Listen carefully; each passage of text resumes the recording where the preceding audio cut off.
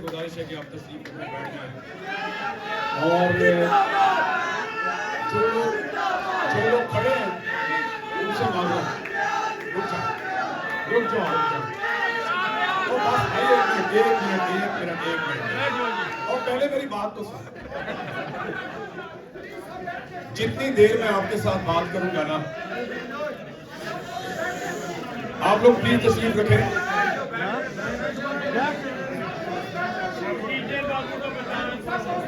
भाई बैठ जाए प्लीज। वो अंकल बहुत गुस्से में, बैठ जाए प्लीज। सर बैठ जाए प्लीज, बैठ जाए। बात कर देना एक बात। या आपकी तो आवाज बहुत ऊंची है, मैंने पहचाना। मैं गुजारिश ये करूंगा कि जब तक मैं आपके साथ बात करूंगा तब तक नारा कोई नहीं लगाएगा। 78 साल हमने नारे लगाए, अब इस माफिया की मंची ठोकने का टाइम। इन्होंने कब्जा किया पाकिस्तान पे, कब्जा छुड़ाना या नारे लगाने हैं? तो फिर जरा चुप रहना थोड़ी देर, बात करेंगे, हम बात करेंगे आपस में। जो लोग खड़े हैं उनसे माजरत, ठीक है, दिल से माजरत। दोबारा स्टार्ट। मुझे आइडिया नहीं था, ना या इंतजामिया को आइडिया था कि इतनी बड़ी तादाद में लोग आ जाएंगे। मैंने वहां बाहर जाके लोगों से माफिया मांगी। स्पेन में एक शहर में हमने प्रोग्राम किया था, वो आधे लोग अंदर ही नहीं आ पाए, हालांकि वहां पे इससे 4-5 गुना बड़ा हॉल था। देखा तो लुटन वालों का बहुत शुक्रिया जी, शाबाश। जो आज लुटन के लोगों ने एक पैगाम दिया पाकिस्तान की एस्टेब्लिशमेंट को और बंद कमरों में फैसला करने वालों को, इस पे आप लुटन वालों के लिए तालियां। क्या बाहर से आए हुए लोग इतनी कंजूसी क्यों कर रहे हैं?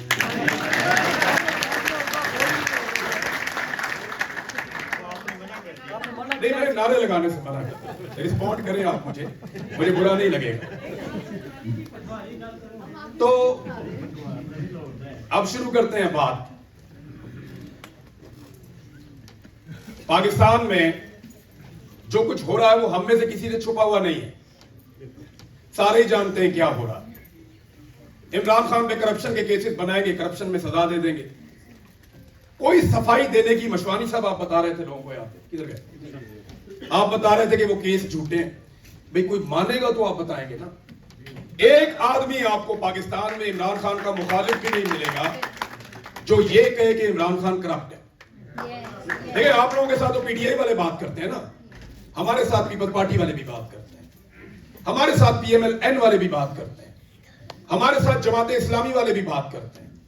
जब भी वो ऑफ द रिकॉर्ड बात करते हैं, कहते हैं यार खान करप्ट नहीं है। ये वो हमें कहते हैं, ये वो बार बार कहते हैं, वो इस बात को मानते हैं। इमरान खान के बदतरीन मुखालिफिन भी ये मानते हैं कि करप्शन इमरान खान का मसला जरूर है, लेकिन ये आदमी खुद कभी करप्ट नहीं है। वो आदमी करप्शन से उतनी नफरत करता है जितनी शायद ही कोई करता हो। तो ये बिला वजह इसकी सफाइयां देने की जरूरत नहीं है। ये सारा निजाम रिजीम चेंज ऑपरेशन के बाद से डरा हुआ है। ये हर दिन डरे हुए सोते हैं, हर सुबह डरे हुए जागते हैं, और इनका डर इनके लिए हुए इस्तिस्ना में दिखाई देता। आप मुझे बताएं, आप में से किसी को इस्तिस्ना चाहिए? नहीं। ले लो। आप में से किसी को इस्तिस्ना नहीं चाहिए?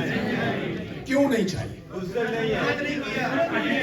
अच्छा 2-3 जवाब है ना। एक तो लोग कहते हैं बुज़दिल नहीं, दूसरा कहते हैं जी हम गलत नहीं। जब हमने कुछ किया ही नहीं तो हम इस्तिस्ना क्यों लेंगे? यही चीजें हैं ना। तो फिर इस्तिस्ना लेने वाले आदमी को यही तो 3 चीजों का डर है। या तो मैंने जुर्म किए, मेरा हिसाब आ जाएगा। वो अभी बोल रहा था नगमे में, सवाल होगा जवाब होगा। यही तो मैं कह रहा था इन्हें कि ये मिडिल क्लास है, ये आपसे सवाल करेंगे, ये आपसे जवाब मांगेंगे, और ये बात उन्हें पसंद नहीं है। पहले दिन से लेकर आज तक जब ये रिजीम चेंज ऑपरेशन कर रहे थे ना, तो उससे पहले ग्राउंड बना रहे थे। आज मैं आपको वो बात बताता हूं जो नॉर्मली हम लोग नहीं करते। ये ग्राउंड बना रहे थे, ये मिलते थे सियासतदानों से, ये मिलते थे सहाफियों से, ये मिलते थे इन्फ्लुएंसर से, ये मिलते थे बड़े बड़े ताजरों से, ये मिलते थे बड़े बड़े स्टेक होल्डर से, और एक ग्राउंड बना रहे थे कि इमरान खान को निकालेंगे और अपनी मर्जी की एक नई हुकूमत लेकर आएंगे। वजह क्या थी? जनरल बाजवा को एक एक्सटेंशन चाहिए थी, जो मेन वजह थी। मामला नौकरी का है ना, मामला कुर्सी का है। पाकिस्तान में वजीर आजम आते हैं जाते हैं। आप मुझे एक आर्मी चीफ बताएं जो अपनी टर्म पूरी किए बगैर चला जाए। वजीर आजम आता है 2 साल बाद फारिग, 2.5 साल बाद फारिग, मैक्सिमम 3 साल गुजारेगा, फारिग करते हैं। लेकिन आप मुझे बताएं कि जो भी जर्नैल आता है उसकी नौकरी लंबी तो हो सकती है, छोटी नहीं हो सकती। यह मामला कुर्सी का है। असल ताकत उन्होंने हमेशा अपने पास रखी है, असल इख्तियार हमेशा अपने हाथ में रखा है, और इसी को चैलेंज कर दिया इमरान खान ने। इमरान खान साहब की जब हुकूमत आई तो उस वक्त इमरान खान साहब भी जैसे सबकी आंखों पे ये मामला था, सबको लगता था कि नहीं यार, ये जो करते हैं मुल्क के मफाद में करते हैं, गलती इंसान से हो जाती है, ये बदनीयत नहीं हो सकते। इमरान खान को भी यही लगता था। लेकिन इमरान खान की आंखों से पट्टी उतरती है उस वक्त जब जिस फाइल को इमरान खान हाथ डालता है उसके अंदर एंड में जाके कुछ जर्नैल निकलता है। जिस फाइल को हाथ, ये शहजाद अकबर साहब बैठे हैं, आप ये कारोबार था इनका, ये वो दफ्तर में यही करते थे, फाइलें चेक करते थे सारा दिन। कौन निकलता था एंड में जाके? जो केस पकड़ते थे खुरा जाके वही निकलता, कोई ना कोई उनका सिरा आके निकल जाता। तो इमरान खान को समझ आया कि इस मुल्क में या तो एस्टेब्लिशमेंट चलेगी या ये मुल्क चलेगा, दोनों में से एक चीज हो सकती है। उसने इख्तलाफ करने की जुर्रत की। आपने देखा अक़वाम मुत्तहिदा में उसके आगे पेपर रखते हैं, वो हटा देता है। आपने देखा उसे लिखी हुई तकरीर देते हैं, वो उसको नहीं पढ़ता। ये वो बगावत है जो इमरान खान ने शुरू की थी। इमरान खान ने इनके साथ आर्गुमेंट करना शुरू किया। अब ज़हनी सलाहियत, जब आप सारी जिंदगी आपने लंबे बूट पहन के सलूट मारे हो तो ये दिमाग पे असर ही पड़ेगा ना आपके। ये मोटी खोपड़ी में इमरान खान के साथ बहस करने की सलाहियत थी नहीं, उसके साथ आर्गुमेंट करने की सलाहियत थी नहीं। इन्होंने आज तक इतनी किताबों के नाम नहीं पढ़े जितनी किताबें इमरान खान को याद हैं। इन्होंने आज तक, तो ये इमरान खान के साथ किसी टेबल के ऊपर बैठकर आर्गुमेंट करने के काबिल नहीं थे। तो आखिरी रास्ता क्या था? रास्ते से हटाओ, जो आसान रास्ता। लेकिन जिसके हाथ में बंदूक होती है ना, वो पॉलिसी नहीं बना सकता। उसकी एक वजह है, आपके हाथ में हथौड़ा होगा ना तो आपको हर मसला कील की तरह लगेगा, ठोक दो, ये मसला ठोक दो। हथौड़ा आपके हाथ में है ना। जब आपके हाथ में बंदूक है तो आपके सामने वाला कमजोर है। आप जब भी आर्गुमेंट कमजोर हो गया, बंदूक सीधी कर लें, आपको दिमाग से काम नहीं लेना पड़ेगा। जब लंबे अरसे तक आपके हाथ में बंदूक होती है ना, तो लंबे अरसे तक आप दिमाग से काम नहीं लेते, और फिर आहिस्ता आहिस्ता आपके दिमाग को जंग लगता है। यही पाकिस्तान की एस्टेब्लिशमेंट के साथ हुआ। पहली मर्तबा उनका सामना नवाज शरीफ से नहीं हुआ। नवाज शरीफ साहब को सोचवाना पड़ता है ना, 4 बंदे इधर बैठते हैं, 4 इधर बैठते हैं। मियां साहब ऐसा सोचो, वो तो खुद से सोच भी नहीं सकते बेचारे। मियां साहब को मैंने खुद देखा था, मियां साहब बहुत बुनियादी सी बात के ऊपर मशवरा करके 6-6 घंटे गुजार देते हैं। सोचवाना पड़ता है, कॉमन सेंस की कमी है वहां। जरदारी साहब, बेनजीर भुट्टो खुद बता गई हैं कि मेरा मियां ज़हनी तौर पे ठीक नहीं है। तो उनके साथ मुकाबला करते करते ये इमरान खान से भिड़ गए। क्या हो गया प्रॉब्लम? वो रखता था सामने डेटा, वो रखता था सामने हकायक, वो करता था लॉजिक के ऊपर बात, उसके पास दलील थी और इनके पास बंदूक थी। तो मुकाबला तो हो नहीं सकता दलील का बंदूक के साथ। तो फिर इन्होंने वही आसान रास्ता इख्तियार किया कि इमरान खान को रास्ते से हटाओ, यहां पंगा हो गया। डिफरेंट आदमी था, उसी तरीके से डील कर दिया जैसे ये सबको करते हैं। देखें, आप हिरनों के पिंजरे के बाहर खड़े होकर चिल्लाएंगे ना तो वो दूर भाग जाएंगे। आप वहां पे पॉपकॉर्न लेकर जाएंगे ना तो वो आपके पास आ जाएंगे। शेर के पिंजरे के पास आप चलाएंगे ना तो वो आपसे ज्यादा जोर से चलाएगा। आप पॉपकॉर्न वाला हाथ आगे करेंगे, आपको अपना हाथ भी नजर नहीं आएगा उसके बाद। ये फर्क इनको समझ ही नहीं आया। ये भेड़ों से लड़ते लड़ते शेर से भिड़ गए।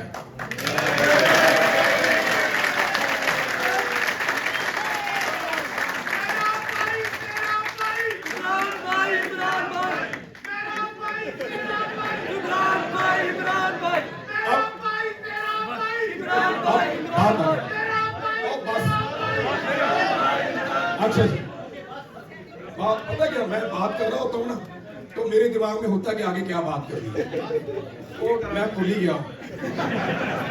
देखिए, इमरान खान की शख्सियत में ना, आप लोग जब इमरान खान को सोचते हैं तो आपने अपने दिमाग में एक तस्वीर बनाई हुई कि ये आदमी है। हर एक ने अपने दिमाग में बनाई होती है। यानी आप अपने भाई के बारे में सोचते हैं, एक के बारे में तो दिमाग में ये आता है मेरा एक भाई है, उसमें मुझे पहलवान नजर आता है। दूसरा है, उसमें मुझे कारोबारी आदमी नजर आता है। तीसरा उसमें मुझे नजर आता है बहुत ही ओबीडियंट है। तो आपने हर आदमी की एक शक्ल अपने दिमाग के अंदर बनाई हुई होती है। इमरान खान की कोई ना कोई शक्ल तो आप सबने अपने दिमाग में बनाई हुई होगी। ये नजर भाई बैठे हैं, इनके दिमाग में कुछ और होगा। इब्रार कुरैशी साहब है, मेरा रिटर्न में पहला तारुफ जो है वो इब्रार कुरैशी साहब के साथ है। आज उन्हें मौका नहीं मिला बात करने का। तो हर एक ने अपने अपने दिमाग में एक अलग शक्ल बनाई होती है। मेरे दिमाग में इमरान खान का जो हैवला है, जी बहन क्या हो, हाँ इधर बिठाए ना, अच्छा ठीक। मेरे दिमाग में इमरान खान का जो एक हैवला बनता है वो उसके एक जुमले से बनता है, सिर्फ एक जुमला, कि हारता वो है जो हार मान लेता है। इमरान खान इज, मेरे दिमाग में इमरान खान की सिर्फ एक पहचान है, उसके एक जुमले से मैंने उसका मुजस्मा गढ़ा कि ये आदमी इनसे नहीं हारेगा। जब मैं आईएसआई की कैद में था तो आईएसआई के ऑफिसर एक दिन मेरे पास आए। ये 14 अगस्त के बाद का वाकया, वो इसलिए कि मुझे क्योंकि आइडिया हो रहा था कि 14 अगस्त करीब आने वाली है, इतने दिन तो गुजर गए हैं मुझे कैद में। मैं दिन गिनता था ना, नमाजों के साथ मैं हिसाब लगाता था, मैं दिन गिनता था। वहां मैं एक लाइन भी लगाता था, फिर एक लाइन लगाता था, तो हिसाब किताब ऊपर नीचे हो जाता है। मुझे आइडिया था कि 14 अगस्त आ रही है। तो वहां जो खाना डालने के लिए आता था ना बंदा, उसको मैंने कहा कि यार मुझे लगता है कि आजादी का दिन आ रहा है 14 अगस्त, तो तुम मुझे कोई झंडी वंडी ला दो, एक झंडी मुझे ला दो पाकिस्तान की, कोई झंडा, कोई फ्लैग, कोई चीज ऐसी लाकर मुझे दो, और मैं आपको बताता हूं कि कैद तन्हाई क्या होती है। बिलीव मी, वो एक छोटा सा झंडा या एक छोटी सी झंडी, वो इतनी बड़ी उम्मीद होती है कि आप सोच नहीं सकते। मैंने 140 दिन के बाद शीशा देखा तो मुझे पता चला ये कितनी जबरदस्त चीज है शीशा। 140 दिन के बाद जब मुझे कंघी मिली तो मैंने कहा क्या कमाल इन्वेंशन है जो इंसान ने बनाई हुई है। यानी 140 दिन तक मैंने कंघी नहीं किया, तो जब मेरे हाथ में वो आई तो मुझे पता चला ये क्या चीज है, इसकी कितनी अहमियत है। तो जब आप अकेले रहते हैं ना बड़े लंबे अरसे तक, तो आपके साथ मल्टीपल इश्यूज होते हैं, बहुत प्रॉब्लम होती है। एक छोटी सी चीज, एक छोटी सी बात आपके एक हफ्ते को बड़ा शानदार गुजार देती है। एक आदमी मेरे कान में कह गया कि यार तुम्हारे वालिद बहुत खुददार आदमी है। मुझे 2 हफ्ते तक मैं ऐसे करके वहां पे मैंने सजा काटी थी। मैंने मार भी खुल के खाई, मैंने कहा कोई मसला नहीं, मेरे वालिद डटे हुए हैं बाहर।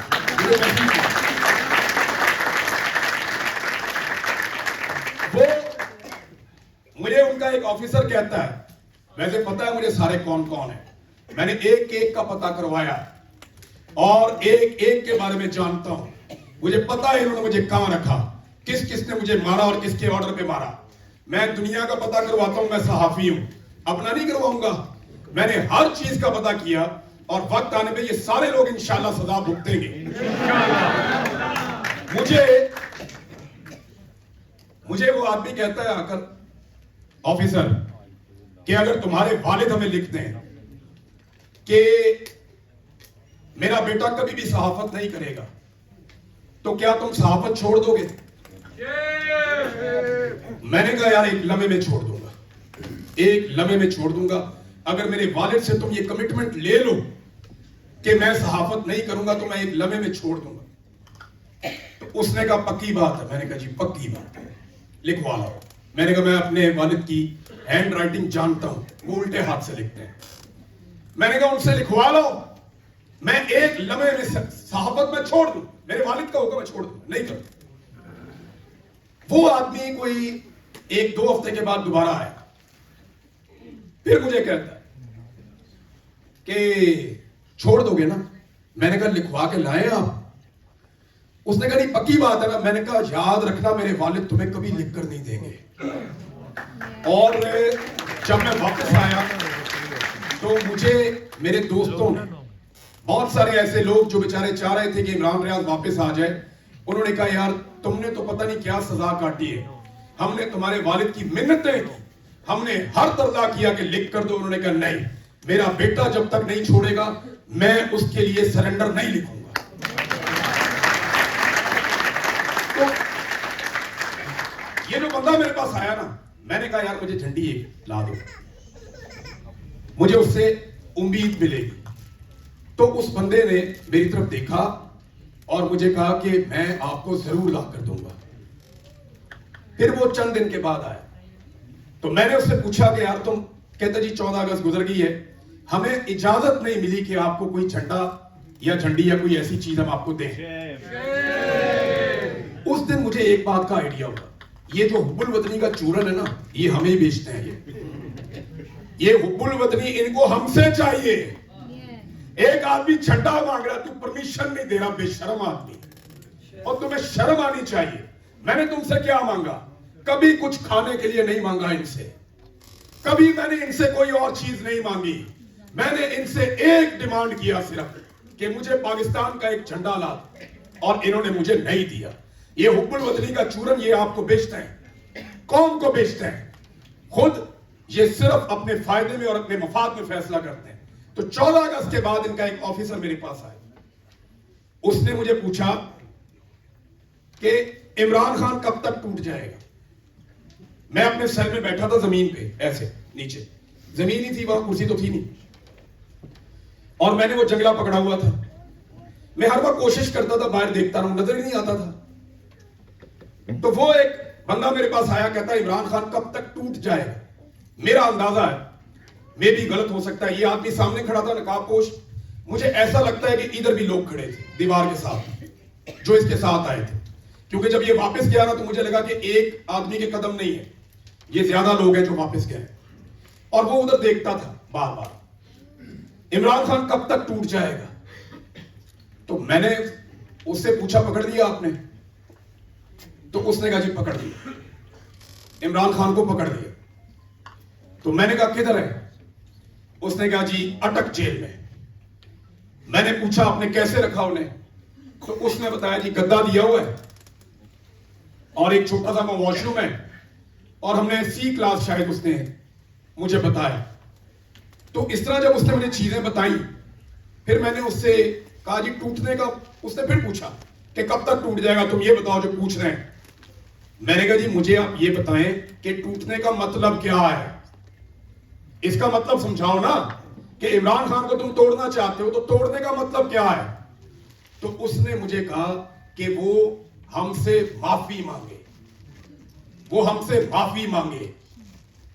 मैंने कहा जी किस बात की? उसने कहा वो तस्लीम करे कि 9 मई में उसने ये किया और वो हमसे माफी मांगे। मैंने उसे उस वक्त ये बात कही थी, आज अगर सुन रहा है तो वो मेरी बात याद करेगा। मैंने कहा था तुम इमरान खान से जो मांग रहे हो वो उसके पास है ही नहीं। आदमी आपको वो दे सकता है जो उसके पास होता है। तो बल्कि मैंने उसको ये भी कहा था कि आपके पास 15 दिन है साहब, 15 दिन के अंदर आप इमरान खान के साथ जो भी तय कर सकते हैं कर लें। वो ना पाकिस्तान का दुश्मन है ना आप लोगों का दुश्मन है। जितनी देर आप उसको अंदर रखेंगे आपके लिए छोड़ना मुश्किल हो जाएगा।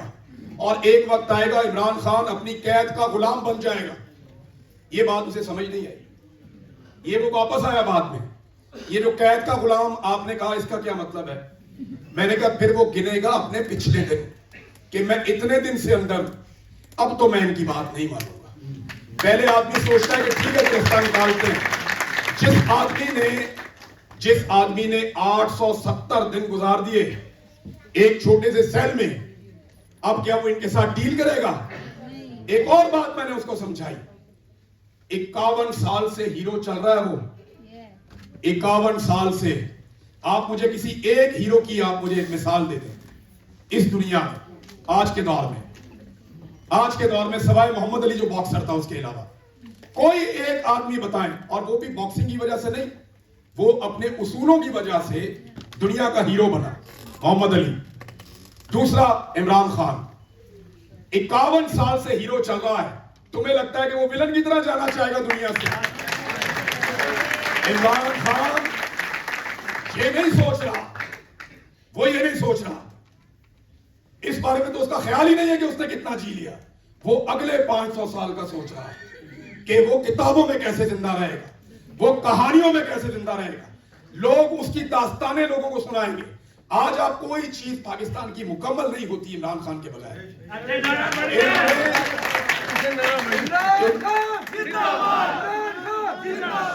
इन्होंने जितने कानून बनाए इमरान खान की वजह से बनाए, इन्होंने जितनी तरामीम की इमरान खान की वजह से की, इन्होंने दुनिया के जिस दरवाजे पर जाके सजदा किया इमरान खान की वजह से किया।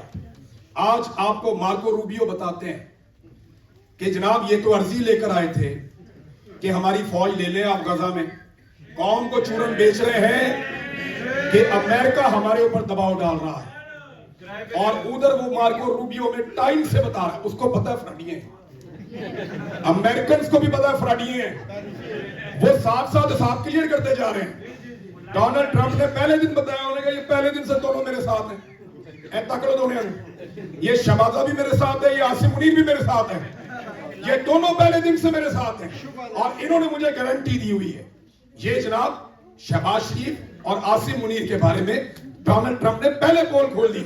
उसने कहा इससे पहले कि ये मेरे साथ कुछ करे मैं बता देता हूं। पता है ना सबको फ्रॉडी है। अब मार्को रूबियो ने बता दिया कि ये तो खुद दरखास्तें लेकर फिर रहे हैं कि जनाब हम अपनी फौज भेजना चाहते हैं। मेरा आपसे एक सवाल है, हमारी फौज इस्राइल की इजाजत से जब पहुंचेगी गजा में तो क्या ड्यूटी करेगी? क्या ड्यूटी करेगी? नहीं, मुझे आप एक बात बताएं, क्या सारी जिंदगी, मैं ये नहीं कह रहा, मैं ये कह रहा हूं कि सारी जिंदगी चूरन क्या बेचा कि हम जनाब जाएंगे और जाकर फलस्तीन को आजाद करवाएंगे। ये चूरन बेचा आपको? कश्मीर को आजाद करवाएंगे, फलस्तीन को आजाद करवाएंगे, ये चूरन आपको बेचा। अब ये क्या करने जा रहे हैं? हमें तो कहानी कोई और सुनाई थी, हकीकत कुछ और निकल आई। तो इन्होंने कौम को हमेशा सस्ता चूरन बेचा। अब मसला ये है कि जिस कौम को ये सौदा बेचते थे ना, ये आदमी उस कौम को शऊर बेच गया और कौम ने शऊर को समझ भी लिया, अपने अंदर उतार भी लिया और कौम उसके लिए तैयार भी हो गई। यहाँ एक हमारे दोस्त हैं, वो पंजाब से गिला कर रहे थे, साहब पंजाब को बहुत मार पड़ी, बहुत मार पड़ी पंजाब। मैं मकबूजा कश्मीर से, मेरा ओरिजिन मकबूजा कश्मीर है। मैं कराची में पैदा हूं, मैं लाहौर में बड़ा हुआ, खैबर पख्तूनख्वा मेरे दिल में रहता है, बलोचों की मैं सबसे ज्यादा इज्जत करता हूं। लेकिन आपको मैं सच बताता हूं कि जितनी बार पंजाबियों को पड़ी है ना इस रिजीम चेंज ऑपरेशन के बाद, बादशाह खान ने कहा था कि आखिरी लड़ाई एस्टेब्लिशमेंट की पंजाबियों के साथ, और इन्होंने वो लड़ाई शुरू कर दी है। ये मामला अब शुरू हो गया है, ये अब रुकता नहीं है, ये आगे बढ़ेगा। पंजाब के अंदर 1 लाख से ज्यादा घरों का चादर और चार दीवारी का तकद्दुस पामाल किया है। 35,000 पाकिस्तानियों को इन्होंने गिरफ्तार किया, उन्हें टॉर्चर किया, उनका सामान तोड़ा। और जिस घर में ये घुसते हैं, आप मिडिल क्लास के लोग हैं, हम कितनी मुश्किल से अपनी गाड़ी बनाते हैं साहब, हम कितनी मुश्किल से अपना घर बनाते हैं, उसमें शीशे लगाते हैं, उसमें फ्रिज, एसी, टीवी, सारा सामान लेते हैं किस्तों के ऊपर, थोड़े थोड़े पैसे करके। ये 5 मिनट के अंदर सारा कुछ तोड़ के एक गरीब आदमी को, एक मिडिल क्लास के आदमी को 10 साल पीछे धकेल देते हैं। ये किया इन्होंने पंजाब के साथ। खैबर पख्तूनख्वा के लोगों की हिम्मत को सलाम है, लेकिन जो जुल्म पंजाब में हुआ वो कहीं भी नहीं हुआ साहब। इसके बावजूद मैं एक बात तो आपको लिख कर देता हूं कि अगर इमरान खान का गढ़ कोई एक सूबा आज भी है तो खैबर पख्तूनख्वा से ज्यादा वोट उसका पंजाब में।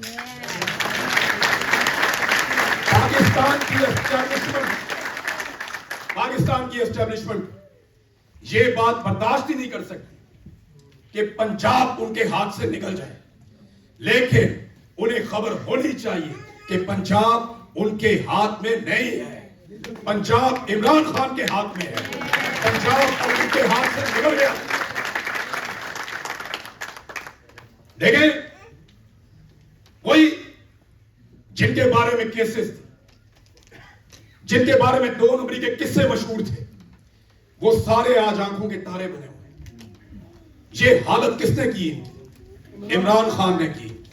ये सारा गंद किने इकट्ठा किया? इमरान खान ने इकट्ठा किया।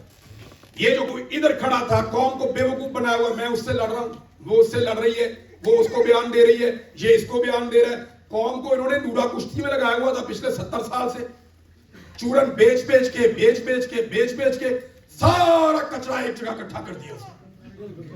अब डिपेंड करता है पाकिस्तानियों। देखिए, इनकलाब 2 तरह से आता है। एक इनकलाब आ चुका 8 फरवरी 2024, मैंने इनकलाब देखा। ये कितना पढ़ा लिखा मुल्क है ना, कितना शानदार मुल्क है। ये मैंने कई मुल्कों में पूछा, जापान में सबसे ज्यादा जिम्मेदार शहरी रहते हैं, वहां भी पूछा। जो पीटीआई के साथ हुआ ना, जो पीटीआई के साथ हुआ पाकिस्तान में, उनका इंतखाबी निशान छीन, उनके उम्मीदवार बिठा लिए, आधे से ज्यादा उम्मीदवार गिरफ्तार कर दिए, अगवा कर दिए, चौथी दफा जाके कागजात नामजदगी जमा करवाने वाले, जिनको अपने घर वाले भी कभी वोट नहीं देते, वो उम्मीदवार बन गए। इसके बावजूद पाकिस्तान की आवाम ने कद्दू के ऊपर, बैंगन के ऊपर, जूते के ऊपर, जग के ऊपर, मग के ऊपर, चैनल के ऊपर, चूल्हे के ऊपर, मेज और कुर्सी के ऊपर पाकिस्तानियों ने वोट लगाई। क्या आप मुझे बताएं, अगर बरतानिया में ये सारा कुछ हो जाए तो बरतानवी ये कर सकते हैं? चले, इनकी सबसे अच्छी पॉलिटिकल पार्टी का आप सिंबल ले लें, बंदे भी अंदर कर दो, ठुड्डे भी मारो, इंटरनेट भी बंद कर दो, घर से बाहर निकलना आजाद कर दें, उसका झंडा और पोस्टर कोई ना लगा सके, तो क्या आपके ख्याल में यहां पे वोटिंग हो सकती है? ये लोग वो कर सकते हैं। इसका मतलब है कि आप बहुत बेहतर कौम है, आप बहुत शानदार लोग हैं। आपके दिमाग में ये बात बिठाती है एस्टेब्लिशमेंट। एक टर्मिनोलॉजी कल मैं पढ़ रहा था, ये साइकोलॉजी में पढ़ाते हैं कि आपको कैसे सिखाया जाता है कि आप जिंदगी से और अपने हालात और मामलात से मायूस हो जाएं। ये बकायदा लोगों को सिखाया जाता है, ये सिखाया जाता है। लर्न हेल्पलेसनेस ये सब्जेक्ट है, तो कलेक्टिवली आपके ऊपर ये एक्सपेरिमेंट किया जा रहा है कि पाकिस्तानी हेल्पलेस महसूस करें कि हम बेचारे, हम कुछ नहीं कर सकते, हमारे पास कोई चारा नहीं है। लेकिन पाकिस्तानी मायूस हो ही नहीं रहे, रोजाना इकट्ठे हो जाते हैं। आज हमने एक आवाज दी, यहां देखें लुटन में लोग इकट्ठे हो गए। ये किस लिए आए?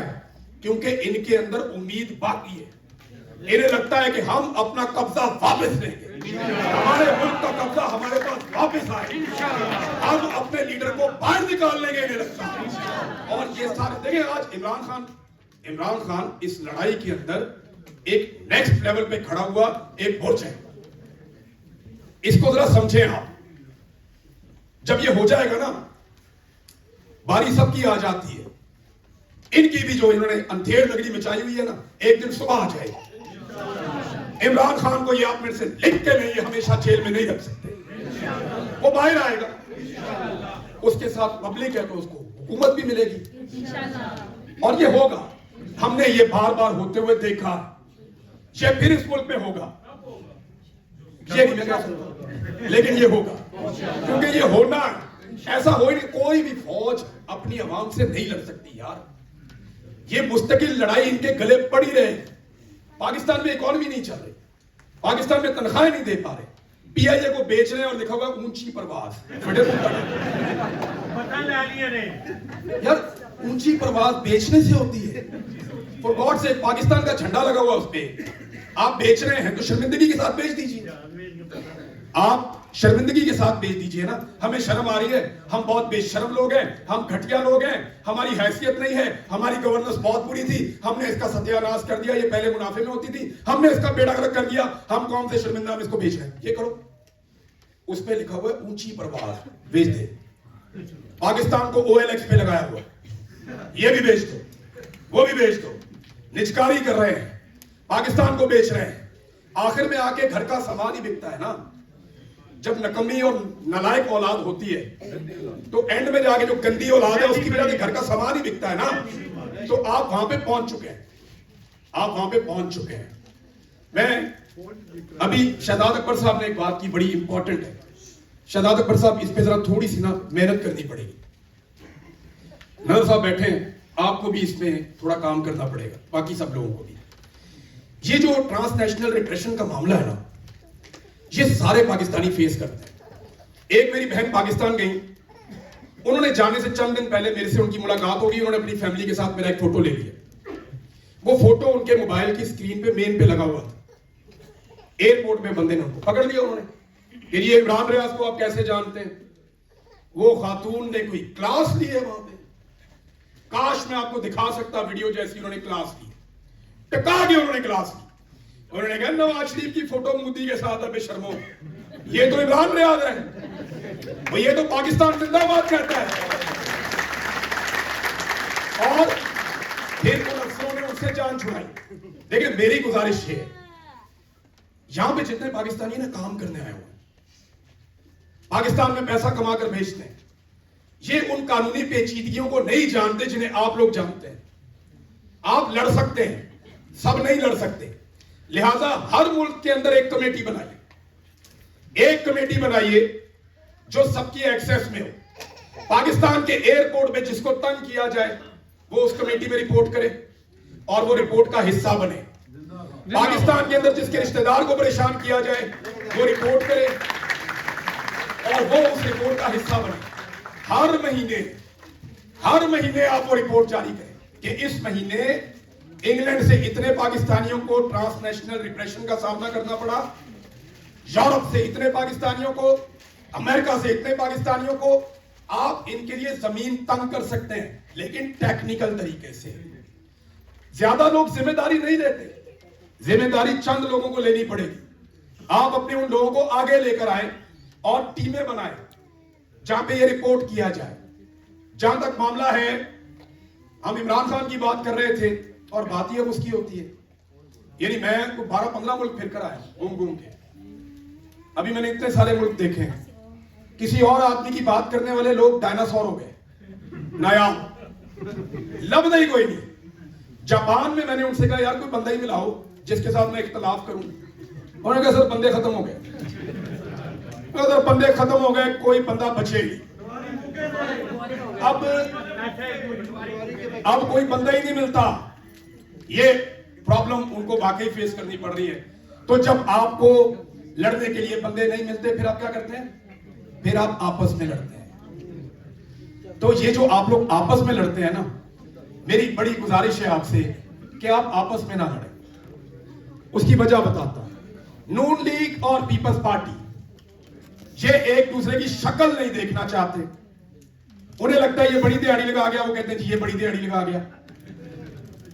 जो माल की लड़ाई होती है ना, ये तो भाइयों में भी हो जाती है। तो ये एक दूसरे से बहुत नफरत करते हैं, लेकिन आप लोगों से मुकाबले की वजह से इकट्ठे हो गए। देख रहे हैं आप, वो इकट्ठे हो गए जो एक दूसरे की शक्ल नहीं देख सकते। तो आपको भी इकट्ठे रहना पड़ेगा, एक दूसरे को बर्दाश्त करना पड़ेगा।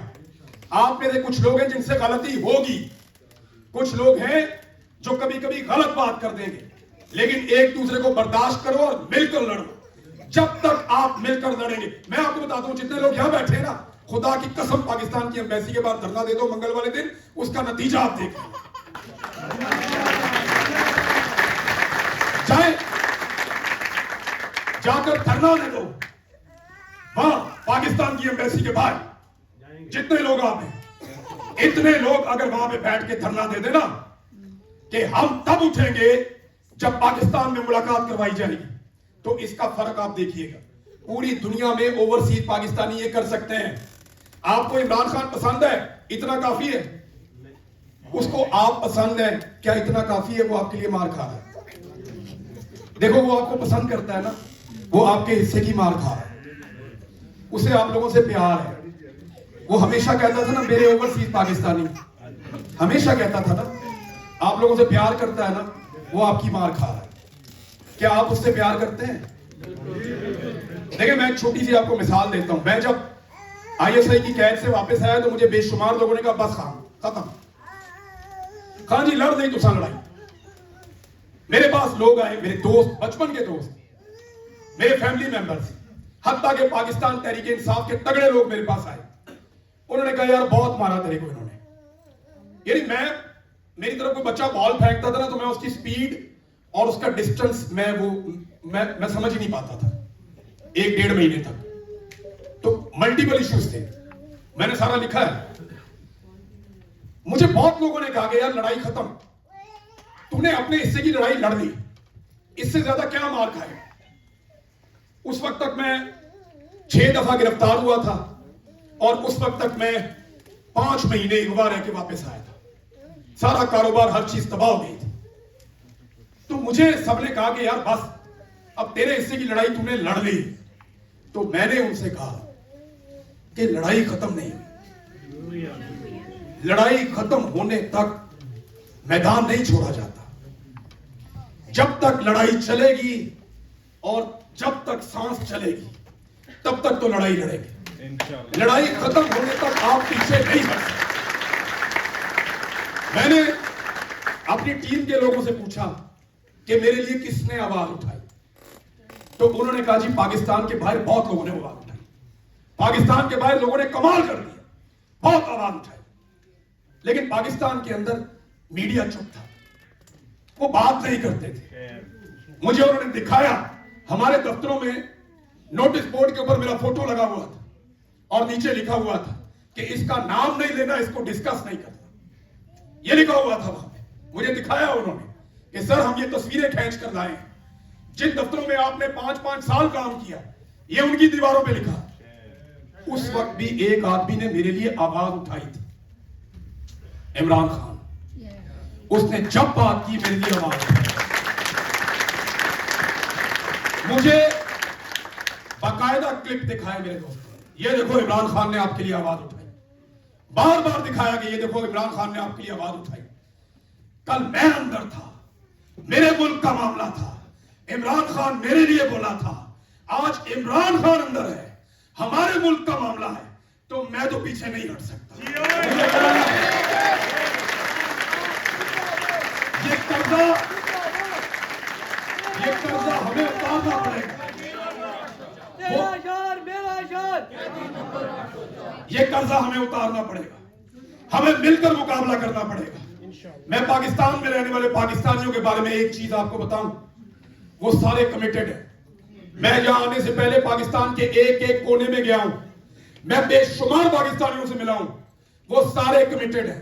वो पाकिस्तान में तब्दीली चाहते हैं, लेकिन मामला ट्रिगर नहीं हो रहा। अवाम तैयार है, लोग रेडी हैं, लेकिन उन्हें गाइडलाइन नहीं मिल रही। जिस दिन इस अवाम को डायरेक्शन मिलेगी, मैं आपको यकीन दिलाता हूं कि काम सिर्फ चंद दिन का है। पाकिस्तानी 1 लाख, 2 लाख, 4 लाख कुछ नहीं होगा, याद रखिएगा, कुछ नहीं होगा। इस्लामाबाद को फतह भी कर देंगे ना, कुछ नहीं होगा। होगा कब? जब पूरा पाकिस्तान निकलेगा, हर गली में लोग निकलेंगे, करिया करिया में लोग निकलेंगे, हर गांव में लोग निकलेंगे, और ये हो सकता है। गिरती हुई दीवार को एक धक्का और दो, गिरती हुई दीवार को एक धक्का और दो, जुल्म के अंबर को एक धक्का और दो। बहुत शुक्रिया जनाब, बड़ी मेहरबानी आपकी। मैं आखिर में, क्योंकि मैं बात खत्म कर दूं, आप लोग बोर हो रहे होंगे, बहुत लंबी बात हो गई।